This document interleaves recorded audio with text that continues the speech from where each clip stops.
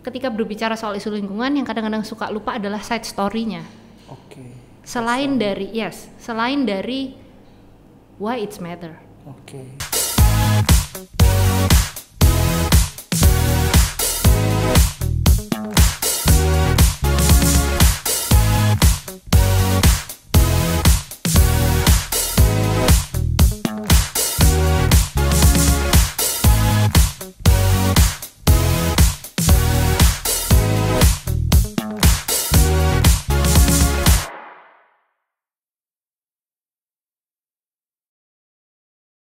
Yap, selamat datang di Forest Talk, obrolan seputar hutan yang asik, ringan, dan kekinian. Selamat datang teman-teman di Forest Talk, masih bersama gue, Pandi Pai, dan hari ini kita akan sharing dengan tema yang menarik dan tentunya narasumber yang menarik juga nih. Nah, kebetulan hari ini udah ada dari mana, Mbak? Saya siapa ya? Dari Rekam Nusantara Foundation. Oke, hari ini kita udah kedatangan bintang tamu Mbak Ajeng dari Rekam Nusantara. Halo Mbak. Hai. Sehat ya? Alhamdulillah. Fisik mental? Masih lah. Kita fisik mental tetap lah, masih berkomunikasi ya. Asik, Oke. ya. Nah, kira-kira nih Mbak, hari ini kehormatan banget nih di Forest Talk kali ini kita udah mengundang Mbak Ajeng nih mau sharing nih tentang gimana sih cara mudah mengunjang isu lingkungan. Okay. Nah, sebelum kita mulai mau cerita-cerita dulu nih, sharing. Apa sih Mbak kesibukannya sekarang?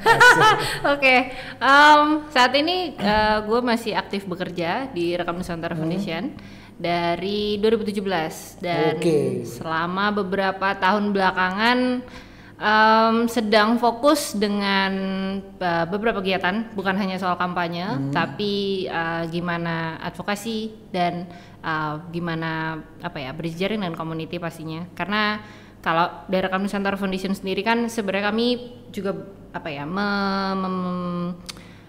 fokus dengan beberapa isu yang berbeda, bukan hanya soal masyarakat atau masyarakat adat atau bahkan hutan dan lain-lain, tapi kita juga bercerita soal satwa. Jadi kalau saat ini ditanya sibukannya apa, sibuk banget, sombong banget, enggak deh, bercanda. Saat ini yang jelas lagi coba bergerak lebih banyak untuk kampanye komunikasinya di beberapa isu yang kita coba garap gitu. Nah, oke, tadi menarik banget kan, banyak banget isu-isu yang sedang dikerjakan ya nggak sih, proyeknya nih. Nah, kalau berbicara lingkungan kan luas banget nih. Tapi apa sih alasan yang terbesar gitu? Mengapa sosok Mbak Ajeng tuh mau gitu fokus di bidang lingkungan? Wah, asik. Ini gue boleh curhat nih? Curhat aja nggak apa-apa ya, biar sobat kita juga tahu semuanya. Oke. Soalnya kalau misalnya gue ditanya kenapa gue terjun di isu lingkungan, gue selalu flashback dengan hal yang sebenarnya tidak terduga. Tapi alasan akhirnya gue kenal dengan bahkan sampai teman-teman FWI adalah permasalahan pohon di belakang tempat kita yang pernah ambruk 2017 dan kemudian akhirnya membawa gue berkenalan dengan teman-teman di sini sampai akhirnya gue gabung sama Rekam Nusantara. Awalnya gue nggak ngerti sama sekali mengenai isu dan aktivisme soal lingkungan, tapi gue akan menganalogikan ketika lo nggak bisa belajar renang, lo diceburin ke samudra, lo disuruh berenang nggak pakai pelampung. Gue akan menganalogikan diri gue kayak gitu. Tapi apakah gue enjoy? To be honest, gue menikmati ketika gue harus belajar banyak hal yang sebelumnya gue nggak pernah ngeh gimana sih soal isu lingkungan. Dan itu tadi ngomongin isu lingkungan sebenarnya banyak banget. Turunannya itu banyak banget kan, lo dibedah. Udah kayak matematik ya, turunan-turunan gitu. Lo berasa kayak diagram gitu kan, habis itu lo bikin strength, weaknesses, opportunity threats, SWOT, sangat padat itu ya. Terus? Dan ya udah akhirnya ketika berjalannya waktu di 2017 ketika pertama kali gue gabung sama Rekam Nusantara, gue sama sekali masih buta, Pai. Hal pertama yang gue diajarin adalah soal masyarakat adat. Dan kaitannya. Jadi gue waktu itu masih bengong karena sebagai orang awam, ketika gue melihat isu masyarakat adat, yang pertama kali di benak gue adalah yang menggunakan atribut dan sebagai identitasnya masyarakat adat. Padahal nggak sesimpel itu gitu. Ketika semakin lo gali, bukan hanya soal identitasnya mereka menjadi masyarakat adat gitu, tapi apa sih yang ada di sekeliling mereka, dan itu harus gue pelajarin. Bahkan gue harus belajar apa itu istilah-istilah kayak misalnya HTI, gue harus belajar lagi semua dari nol. Tapi semakin gue pelajarin, semakin gue ngeh bahwa Indonesia nggak baik-baik aja. Asik. Sombong banget ya enggak? Banyak masalah ya nggak sih? Kerusakan di mana-mana ya nggak sih? Yap. Nah, kalau menurut lu nih Jang, dari banyaknya masalah gitu, ada nggak sih cerita tentang kerusakan atau isu lingkungan gitu yang menarik, yang sampai lu tuh greget gitu? Ada nggak? Bisa ceritain ya buat sobat hutang? Dari sisi pribadi gue atau sisi pribadi? Sisi pribadi ya. Pengalaman lu kan banyak tuh masalah lingkungan di mana-mana yang lu ingat banget gitu, yang menarik gitu. Kalau menarik, gue boleh nggak klasifikasiin di beberapa? Oh boleh banget. Oke ya. Tahu juga sobat hutan kan. Oke. Kalau ngomongin menarik, ada yang miris banget, pedih banget. Wih, udah kayak level cabai. Miris banget. Lu level cabenya beberapa ya kan? Udah tahu kan? Cabai. Ketika pertama kali gue belajar soal gambut dan ketika ada kebakaran lahan gambut waktu itu, kebetulan bersamaan dengan salah satu tugas dari kantor gue untuk berangkat ke Kalteng. Dan tahu sendiri lah ya kalau kita ngobrolin Kalimantan, lo tahu sendiri kalau langganan tiap tahun itu gitu kan. Dan gue nggak ada bayangan sama sekali sampai akhirnya saat itu para bapak-bapak di kantor yang mementori gue untuk belajar soal isu lingkungan benar-benar nunjukin langsung kalau lo berbicara soal gambut lo tuh akan berbicara soal apa, dan ketika berbicara soal kebakaran gambut yang terjadi tuh apa gitu.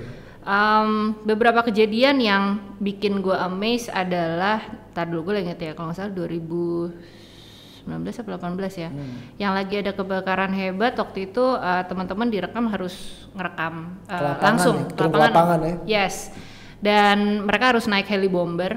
Wow, bayangin lu banget ya, budek ya kan. Berisik banget loh gitu ketika ngambil air dan segala macam. Dan ketika gue ngeliat footage-nya, gue bandingkan dengan ketika gue datang di 2017 di Kalteng. Itu memang beda lokasi, tapi boleh dibilang ada kemiripan gitu loh. Bagaimana gue akan paitnya ngomong adalah kehancurannya ya, gimana kehancurannya. Dan ketika lu lihat dengan hasil rekaman, dengan ketika lu lihat langsung, meskipun yang gue lihat tidak semasif ketika teman-teman ngerekam dari teman-teman Invis ngerekam, gue mencoba memvisualisasi dari kebakaran itu. Oke, nggak usah jauh-jauh, lu kena asap bentar aja ketika ada tetangga bakar sampah, lo berdiri sebelah-sebelahan aja, itu nggak enaknya setengah mati kan. Lu nggak tahu apa yang lu hirup gitu loh. Dan gue cuma membayangkan waktu itu yang kayak ini nggak sebentar, nggak sejam 2 jam waktu itu kebakarannya, dengan luasan yang boleh dibilang luas banget gitu loh. Tapi di sini gue nggak akan berbicara data ya gitu. Kalau berbicara data bisa sampai besok kita ngobrol. Tapi berdasarkan pengalaman gue waktu itu, gue melihat ini recovery-nya berapa lama ya? Karena waktu itu gue masih belum paham, Pak. Dan gue sampai bertanya kayak, oke, ini recovery-nya gimana ya? Recovery-nya berapa lama ya? Gimana cara nge-recover-nya gitu? Lokasi hancurnya kayak gini. Dan ketika gue ngeliat footage temen-temen soal kebakaran di area lain, memang ada kemiripan, dan gue ngeliat kalau gue jadi satuannya, gue kaburnya kemana ya? Bener. Satwa yang mati berapa banyak ya? Dan itu pikiran yang terus pop up di kepala gue. Dan pas gue datang ke sana, kondisinya memang sudah selesai kebakarannya. Tapi kok kayak orang-orangnya kayak biasa aja ya, gitu loh. Dan gue ngeliat ini nggak ada yang gemes apa ya gitu, maksudnya greget gitu ya, greget. Kerusakan di mana-mana. Yes, gitu. Kalau lu punya rumah dan ternyata belakang rumah lo lingkungannya hancur lebur babak belur, nggak usah jauh-jauh deh. Kemarin kan kita sama-sama kelongsoran ya kan. Kita korban ambruk pohon. Tahu sendiri ya kan, gue kabur, kebetulan rumah gue sebelah kantor MPI, gue kabur ke sini dan ternyata di belakang porak-poranda ya kan. Itu aja itu kita udah banget, sumpah. Itu aja gue udah pusing ngeliat yang anjrit, sorry. Itu sensor ya. Maksud gue ketika ngeliat bahwa ada kerusakan seperti itu, gue mikir pemulihannya deh gitu. Apalagi ketika gue ngeliat gambut ya, buat gue gambut itu unik. Gue belum pernah lihat gambut sebelumnya, Pak. Gue belum pernah nginjekin kaki di gambut sebelumnya, dan ketika gue ngeliat itu adalah bekas, gue langsung kayak oke, ketika itu ada korban, ketika itu ada bapak-bapak pemadam bakarannya gimana. Dan di situ akhirnya ternyata itu yang ngebantu gue untuk ngebangun frame. Kok gue jadi lupa sih, sebutannya adalah bukan cara berpikir, kok gaya banget gue kalau cara berpikir. Boleh. Design thinking. Karena ya itu, gue nggak tahu, dan ketika ngeliat, buat gue pribadi sih pedih, maksudnya kayak guanya mungkin yang terlalu baperan ya, tapi emang baper itu emang kesel, maksudnya amen. Nah, seriously. Bener sih, emang menarik banget kalau dibilang isu-isu lingkungan gitu. Nah, tapi kalau menurut lu nih, ada nggak sih isu lingkungan yang booming gitu? Yang booming ya, isu lingkungan yang booming yang sepengalaman lu aktif di lingkungan gitu kan. Terus bisa cerita nggak, kenapa sih kayaknya isu lingkungan ya di Indonesia tuh kok kayaknya nggak menarik dan nggak menjual gitu. Nah, itu benar nggak sih? Bisa nggak sih? Lu sharing sama Sobat Hutan biar pada tahu semua. Jawaban jujur, jawaban benar nih. Jujur aja. Oke. Kalau misalnya booming, sebenarnya yang diangkat di media, kita akan bilang media mainstream. Ya, oke. Banyak media-media kita juga memberitakan soal apa yang terjadi gitu kan. Kalau dibilang booming, banyak kok contohnya. Contoh salah satunya kebakaran tadi gitu. Ketika ada terjadi kebakaran hutan, kalau dilakukan analisa media, sebenarnya seru banget ketika lu bisa tahu dan mendapatkan mungkin data ya. Yeah. Berapa banyak media memberitakan dan ngeberitainnya apa, gitu loh. Booming ini karena muncul di buzzing di mana sih? Apakah lu cuman apakah cuma ngomongin di Twitter? Apakah cuma lu ngomongin di YouTube doang? Kalau kita yang bergerak untuk saluran digital saat ini ya, gitu kan. Tapi boomingnya di mana nih? Apakah benar-benar sampai nyentil mereka yang membuat kebijakan kah? Nah, boomingnya mau di mana nih? Atau yang rame diobrolin sama anak-anak muda misalnya, gitu. Mau yang booming yang mana dulu? Tapi kalau misalnya gue ambil contoh, sebenarnya yang menurut gue kayak gila, pecah banget sih. Isu tambang sih biasanya. Wih, tambang. Biasanya. Menarik tuh. Iya, biasanya isu tambang. Kita ambil contoh mungkin pada saat kasus Kendeng kali ya. Oh, Kendeng. Ya kan, all out banget gitu teman-teman ketika gerak nyuarain solidaritas. Betul. Boomingnya di sini karena pertama ada solidaritas, terus udah gitu yang memberitakan juga masif. Dan itu kalau ngomongin viral, itu kan sebenarnya sekarang kita sering pakai kata viral. Ya, betul. Trending lah ya. Trending. Tapi sebenarnya poinnya adalah lu nerusin ke siapa gitu loh. Lu gimana sih lu bisa bikin itu diterusin gitu loh. Ya, betul.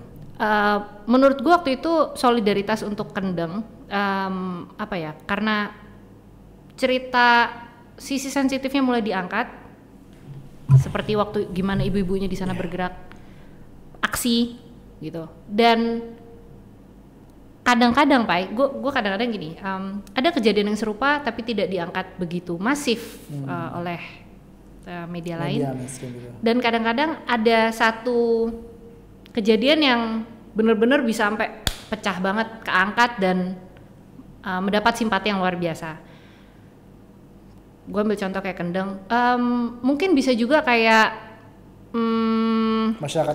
masyarakat adatnya, film-filmnya gue akan sebut film-filmnya Mas Dandi, ya kan, tahu sendiri yang akhirnya putar film di sini tuh, ya kan, itu kan itu membawa pesan yang cukup masif menurut gue gitu. Betul. Dan memang kalau misal berbicara boomingnya segmen kemana dulu nih? Segmentasinya ya. Segmentasinya kemana dulu yang nih? Yang nonton siapa? Yang nonton siapa? Siapa yang tertarik sama ceritanya gitu kan?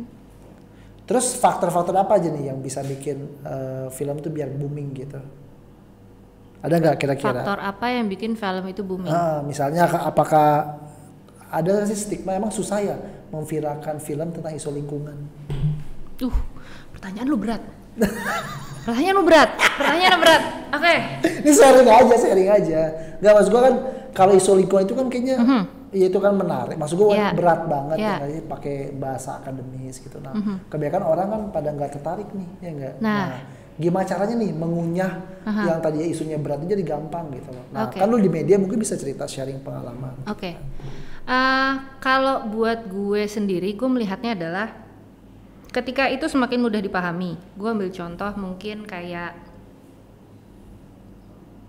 boleh gue ambil contoh di Netflix nggak sih? Ya boleh. My Octopus Teacher.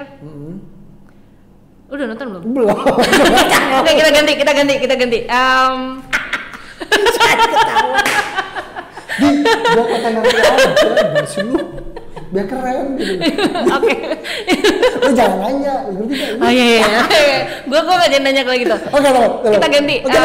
Ada nggak film yang menginspirasi lo gitu kan, yang viral gitu terkait lingkungan, ada nggak? Gue suka kalau narasinya adalah Sir David Attenborough.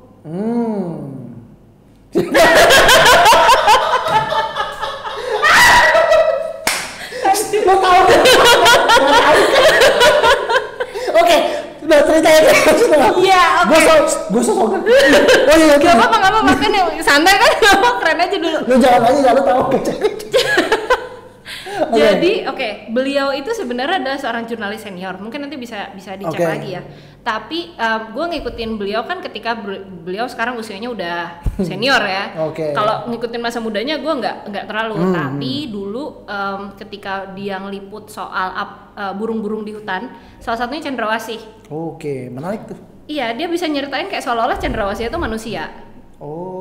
Nah sebenarnya kalau lo tadi nanya kayak gimana ngunyah isu lingkungan, make it simple. Make it simple. Karena gue ambil contoh, ketika gue cerita misalnya sama lo, ketika kita mau bikin program adopsi misalnya, adopsi pohon, apa itu profiling? Ya kalau mungkin gue sama lo mungkin ngerti, atau misalnya gue doang yang ngerti gitu. Tapi kalau kita nggak jelasin profiling itu apa sih? Ternyata profiling itu adalah lo ngecek dulu nih pohonnya jenis apa, tingginya berapa, lokasinya di mana, kondisinya gimana, ya kan? Kondisinya lah ya. Kondisinya gitu. Dan ketika lo berbicara soal hutan misalnya, hutan isinya apa? Gue ketika disuruh masuk hutan, ketika camping gue bengong dulu. Ini gue di mana ya? Gitu. Dan akhirnya gue harus mencari, kalau gue pribadi, ketika gue harus memahami bagaimana itu isu lingkungan, gue analoginya adalah gue kayak ngupas bawang bombay, atu-atu, gitu loh.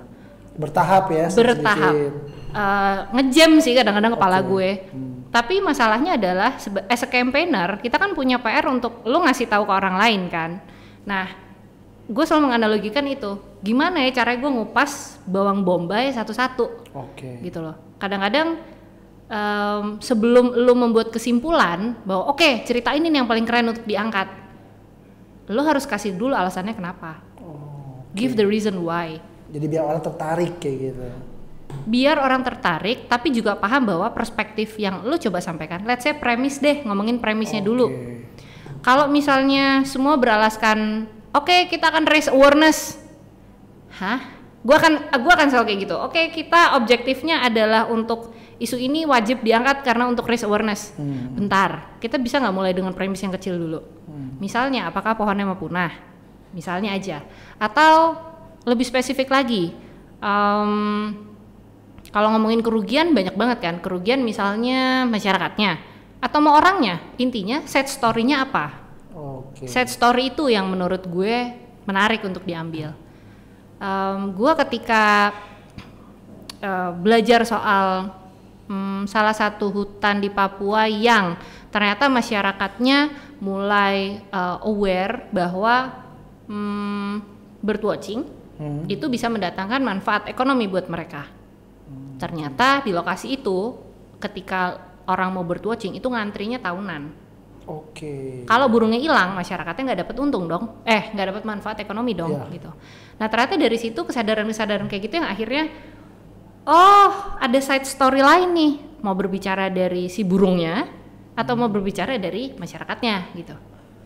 Jadi perspektifnya. Perspektif, make the perspektif sebelum lu membuat orang langsung menyimpulkan, gue akan dukung, gue akan bersolidaritas gitu.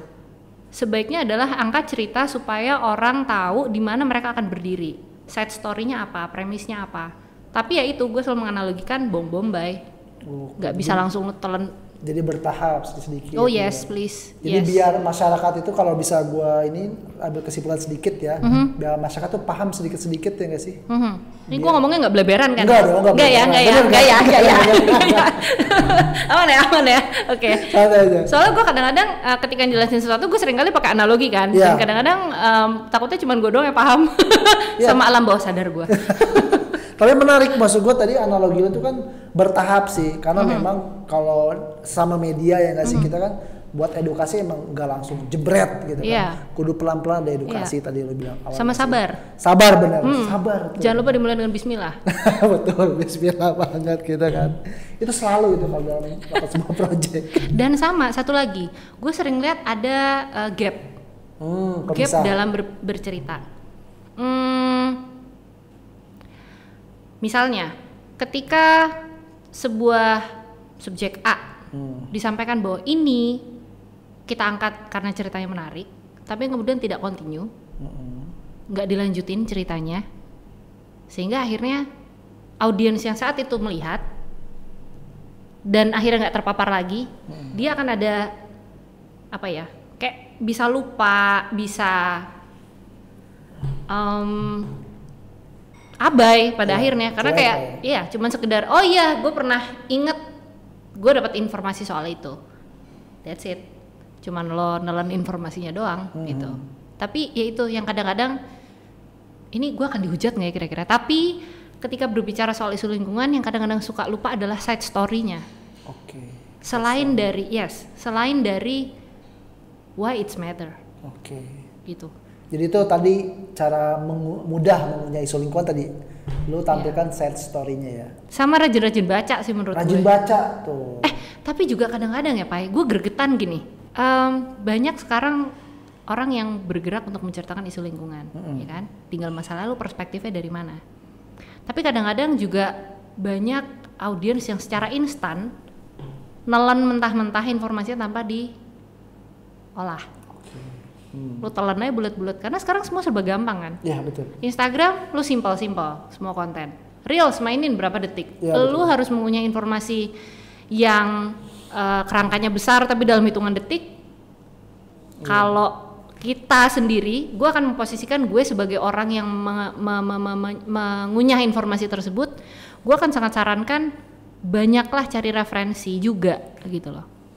Bukan cuma satu, apalagi sekarang clickbait lo tau sendiri. Iya banyak banget tuh clickbait. Clickbait langsung lu bikin kesimpulan, gampang banget selesai. Udah kayak wah udah kayak informasi yang lu dapet udah advance banget gitu, padahal itu clickbait men. Iya betul. Gitu loh. Dan gak sesuai dengan ini kan tujuannya gitu kan. Yes, validate, verified. Nah menarik nih Jeng, kalau bicara tentang channel nih kan. Ya. Nah gue pengen tahu nih channel apa nih sekarang lagi booming banget gitu loh. Dan mungkin lu bisa cerita lah selama di kerjaan lu sekarang gitu kan. Dari banyaknya channel, channel apa sih yang menarik orang gitu. Dan mereka tuh ternyata isu lingkungan ini menarik banget gitu. Mungkin lu bisa cerita pengalaman nih biar Sobat Hutan juga pada tahu semua. Kalau berbicara soal channel, as we know, semua orang mengakses ponsel pintarnya kapan saja setiap detik, ya kan? Di sponsor ya. Cuman masalahnya adalah yang mana? Kan banyak nih, ada Instagram, YouTube, WhatsApp. Yes. Lo generasi TikTok nggak gue tanya? Senggol, Bo, maaf ya. Bentar. Lo generasi TikTok? Gue enggak sih, tapi ya. honestly. Berasa anak selatan gue. Literally. Which is kalau lu berbicara dengan channel, nah itu dia generasinya yang mana? Kita udah punya pergeseran kan. Lu nggak usah ngomongin Facebook deh, kejauhan. Udah jauh. Ancient. Gue masih punya Facebook. Sekarang TikTok lu tau sendiri, iya kan? TikTok range usianya tuh udah belasan ke bawah loh, iya kan? Nah kalau lu mau ngemas di situ, ya lo harus tahu dulu rata-rata pengguna TikToknya ini usia berapa. Jadi kita sebagai campaigner juga harus tahu trennya seperti apa sih, tren digital saat ini. Kalau lo mau menyasar di channel digital, berbicara soal channel banyak banget kan gitu. Lo mau pakai apa? Medium, Twitter, apalagi? Banyak deh gitu, dari yang muncul sampai yang tenggelam. Hidup segan mati tak mau juga ada. Masalahnya range usianya di berapa? Kalau lo mau menyasar usia 35 tahun ke atas, lo nyasar di TikTok, salah sambung Pak. Ya dong. Itu Facebook aja. Kayak gitu, jadi segmentasi ya tadi.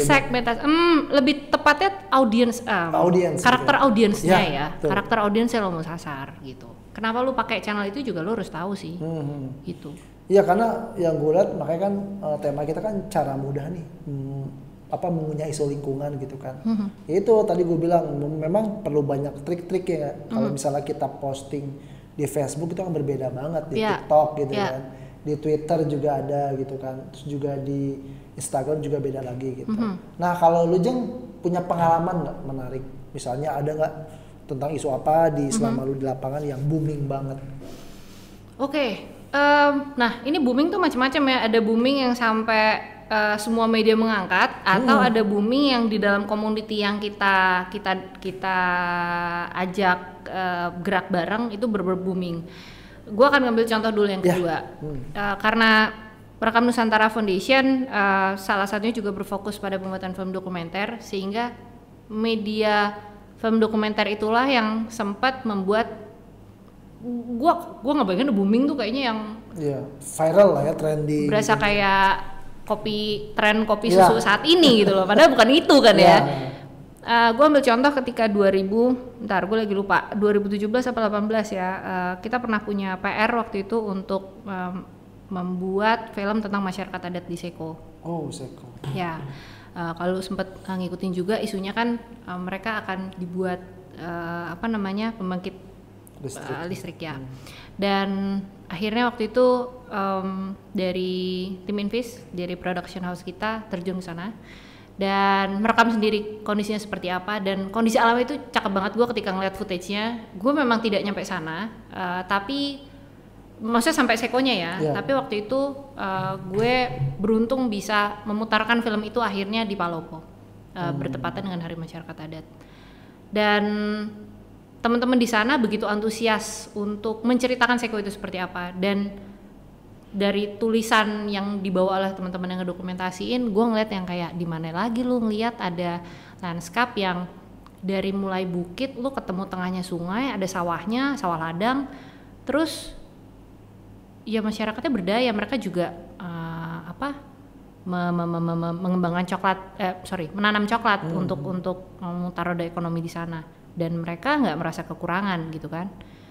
Kalau misalnya itu dibangun saat itu, sawahnya kemana ya? Gue waktu itu mikir, gue nggak bisa merekonstruksi atau menerka atau membayangkan kalau ini dibangun, nih dihancurinnya kayak, maksudnya diaduk-adukannya kayak gimana gitu. Ketika film itu dibuat, bersamaan dengan ada masyarakat adat yang juga dipenjara saat itu. Oh, oke. Dikriminalisasi itu ya? Yes, penjara. Masih dikriminalisasi. Mereka ada beberapa orang dan saat ini sudah bebas. Tapi pada saat itu yang menjadi tantangan adalah, gue merinding deh.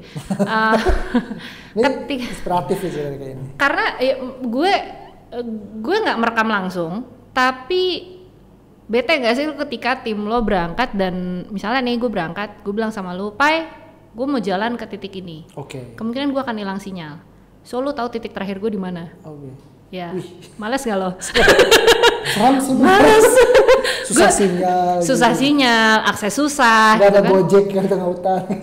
Gojek versi sana, Bo. Gojeknya ada. Motornya yang gila, Gojek tanda kutip, bukan bener-bener Kang tolong anterin titik ini, jemput saya, bukan gitu, tapi bener-bener kendaraannya lu cuma bisa akses pakai motor. Bahkan ketika lu harus merekam salah satu masyarakat yang dikriminalisasi tersebut, namanya Pak Misandi. Nah, ketika film itu di sana, ketika gambarnya udah diambil, dibawa pulang, kita edit, dan ketika mau diputarkan, waktu itu nyari momen gimana ya caranya film ini kembali dulu ke masyarakat di sana. Film itu kan dari sana. Selain kita bawa keliling, kita juga harus balikin dong. Kita punya tanggung jawab dong untuk ngebalikin film itu. Akhirnya diputarkanlah di Palopo dengan teman-teman IAIN waktu itu. Terus pemutaran itu sebelum pemutaran dimulai, berapa saat sebelumnya Pak Misandi, tokoh yang kita dokumentasikan, dibebaskan. Jadi ketika pemutaran itu Pak Ami hadir. Buat gue gila sih. Gitu. Inspiratif banget ya. Iya. Dan ketika film itu diputarkan di situ, ternyata ada inisiatif dari teman-teman di sana untuk ngangkat sign. Ntar ya, gue merinding. Karena mereka punya inisiatif untuk ngangkat sign, tulisannya adalah Save Seko. Jadi ketika setelah pemutaran, ketika pemutaran itu mau dimulai, pas dimulai, setelah pemutaran selesai, bahkan setelah kita semua pulang ke Bogor, foto-foto orang-orang yang ngasih dukungan itu ngalir terus, foto disuplai terus kita. Gue yang kayak, wow, oke. Dan orang-orang, maksudnya ada perbincangan ramai soal stop pembangunan itu di Seko. Dan waktu itu ada kejadian yang gue gak akan lupa. Waktu itu gue berdua sama kolega gue, Jabrik namanya, dari Invis. Pada saat kita pemutaran kan persiapan nih beberapa hari sebelumnya.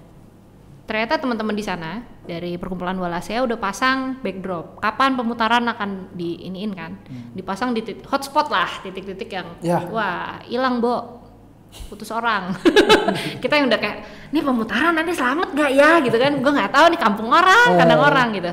Dan ketika pemutaran, ternyata teman-teman perkumpulan Wallace sama teman-teman mahasiswa itu kasak-kusuk. Jadi rupanya yang para pendukung perusahaan itu datang. Waduh. Gue nggak tahu karena gue sibuk ngurus film.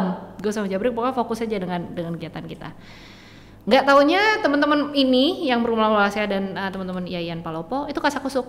Mereka bilang gini, ternyata nih ya, kalau sampai terjadi apa-apa, selamatin dulu Jabrik sama Mbak Ajeng. Gue baru tahu setelah pemutaran selesai. Karena waktu itu situasinya tegang memang. Iya. Jadi tanya jawab juga ada dan ternyata malam itu nggak berakhir di situ. Masih bergulir terus perbincangannya sampai akhirnya perusahaannya cabut. Rame waktu itu di Facebook. Wih, keren banget anjir. Itu artinya media tuh perannya penting banget ya. Punya peran untuk menyentil. Betul. Dengan caranya, asik. Apalagi kan maksud gue tadi yang lu bilang ya Invest kan dibilang film dokumenter gitu kan.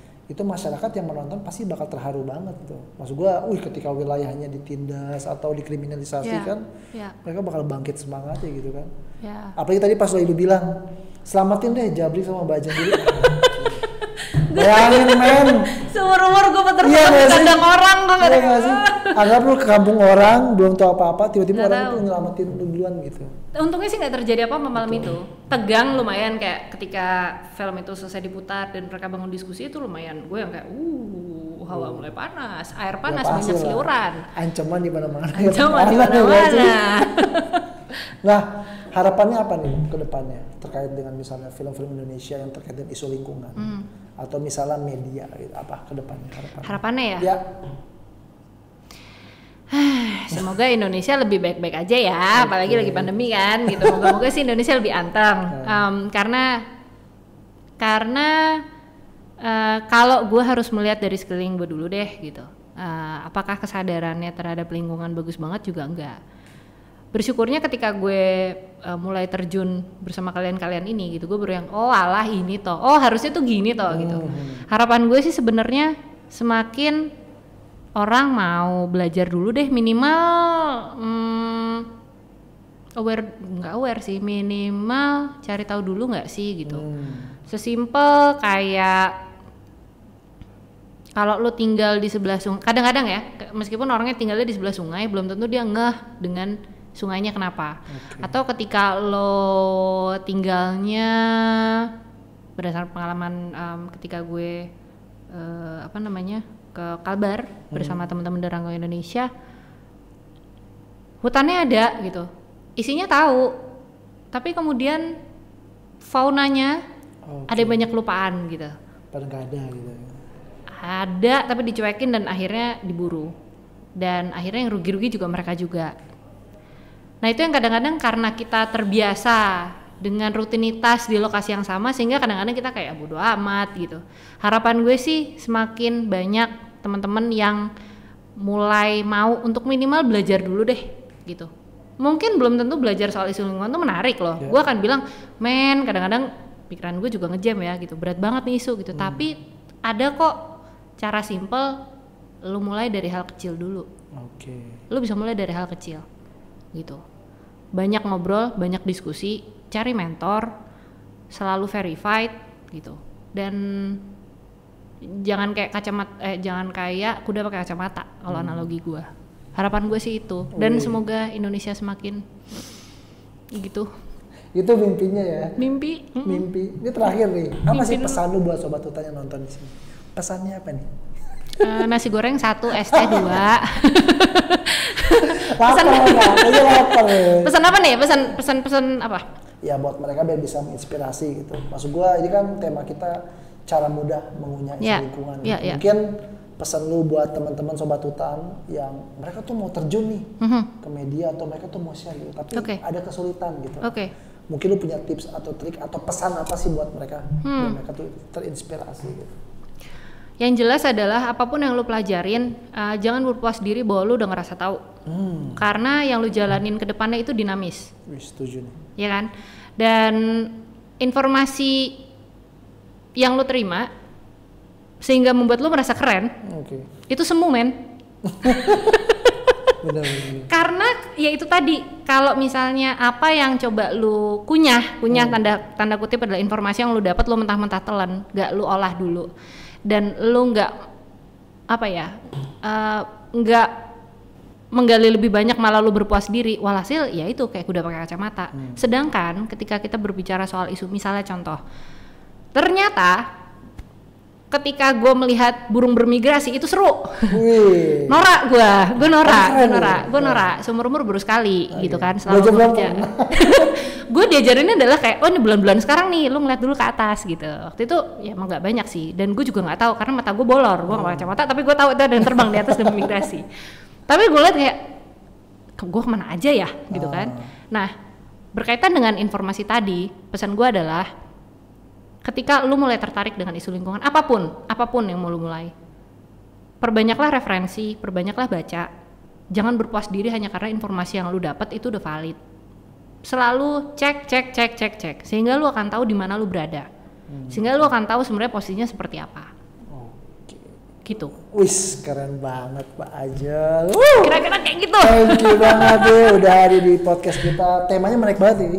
Cara mudah mengunyah isu lingkungan. Ini cocok banget nih narasumbernya gitu kan. Thank you banget Mbak Ajeng udah hadir di sini dan bisa memberikan insight, pengetahuan buat kita semuanya gitu kan. Terima kasih.